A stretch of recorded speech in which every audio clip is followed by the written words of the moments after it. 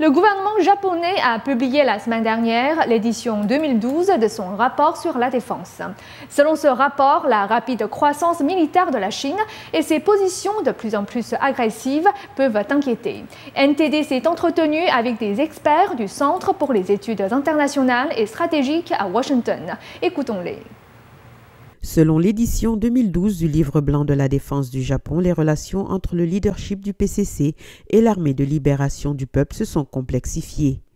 D'autres voient que le degré d'influence de l'armée sur les mesures de politique étrangère a changé. La situation attire l'attention aussi en termes de gestion du risque. C'est la première fois que la communauté internationale reconnaît la complexité des liens entre l'armée du PCC et ses dirigeants politiques.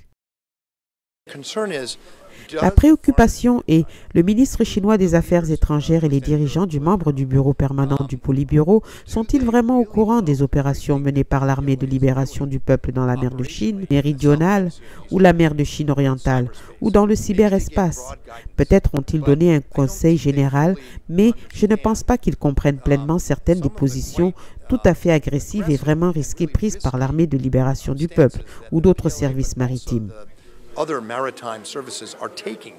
Le rapport japonais de la défense déclare, je cite, « La taille nominale du budget de la défense nationale chinoise a plus que doublé ces 5 dernières années et a été multiplié approximativement par 30 ces 24 dernières années. » Et le budget de la défense n'inclut même pas l'achat du matériel militaire ou les coûts de recherche et de développement de l'équipement.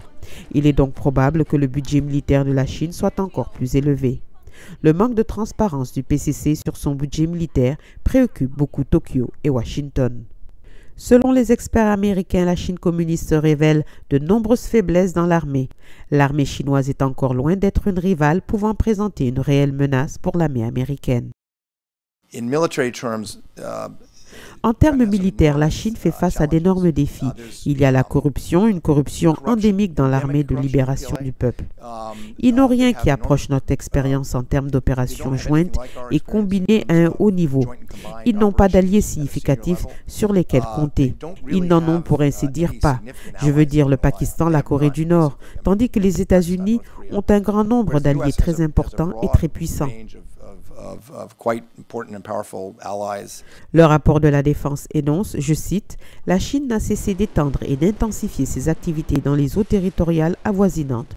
Ces mouvements et l'absence de transparence dans les affaires militaires et les questions de sécurité sont source d'inquiétude pour la région et la communauté internationale, y compris le Japon, et nécessiteraient une analyse prudente. » Ces dernières années, la Chine communiste a entretenu des querelles de souveraineté incessantes avec le Japon et certains pays de l'Association du Sud-Est asiatique dans la mer de Chine orientale et la mer de Chine méridionale.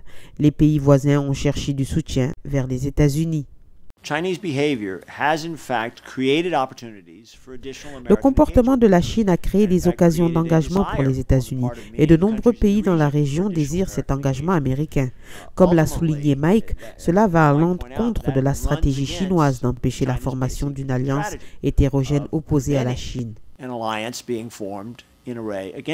Selon le rapport, la Chine, dont l'économie pèse plus de 7,3 trillions de dollars, a augmenté son budget militaire de près de 70% ces 5 dernières années, tandis que le Japon, avec une économie de 5 trillions de dollars, a diminué ses dépenses militaires de 3% sur la même période. Nouvelle NTD, Washington DC.